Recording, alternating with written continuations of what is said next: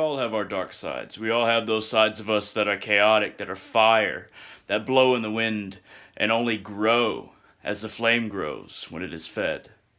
But how can we embrace our dark side in society, in whatever society we're in, whatever culture we're in? How do we embrace that and make it a part of us, making it an accepting part of society? Even if they don't accept us, how can we coalesce with society, with our chaotic dark side?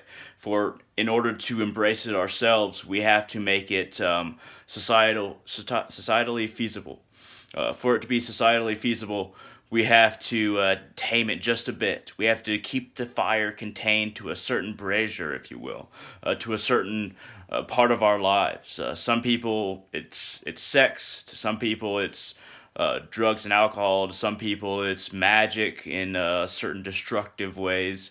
To some people, it's power, and sometimes it's spiritual power in conjunction with order. If you completely become fire, don't be surprised if somebody puts you out, but embracing the dark side can be healthy for the psyche and can help society in allowing certain things to burn away by us destroying them. Certain things. That doesn't mean that you should destroy everything, but there are certain things symbolically that should be burned away.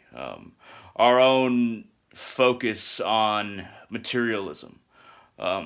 In us, we should burn that away. Our own focus on how people look, in us, that should be burned away. Our own passiveness to the wrongs in society, that should be burned away. Then true change can happen. Only through the fire can certain changes happen. Sometimes it does take the fire side of our being in order to make those changes happen within us and within society. And like the Divine Mother Kali Ma teaches, there are certain things in us that need to be slain. There are certain parts of our ego that are unacceptable. There are certain parts of our pride, however good it might be in certain areas, that need to be burned away. We can be proud of what we believe and who we are, but if that pride goes to a point to where we don't see that we need to change at all, that's when pride needs to be burned away. That's when ego needs to be addressed with that fire within ourselves. And then we can move forward because that old tinder that has been rotting in the corner has been burned away. Chaos has its place. Chaos has its time.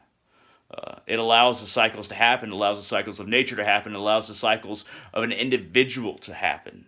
Without chaos, without fire, these cycles could not continue. There would just be a constant buildup of inertial energy that order tends toward without the fire, without the ability for certain things to be burned away. Our own lives do not change if we are caught into this inertia of order. There has to be a certain amount of chaos to shake us free from whatever stupor we fall into that is inertial, whatever torpor we fall into. We need that fire, we need that chaos to shake us free and to shake things up in our lives so that we will address certain areas and we will learn to show other people how they can address those areas for themselves, whether it be materiality, whether it be addiction, whether it be ridiculous laws or leaders who don't live up to what is required of them and instead just do what is required of them that their ego does require of them and not what their nation requires of them. There needs to be a little bit of chaos that shakes those societal bonds loose so that we can find better and greater cycles. Think of the cycles in relation to time, but also in relation to progress as a spiral upward. The spiral tends more towards chaos sometimes, more towards order, but it does go upward.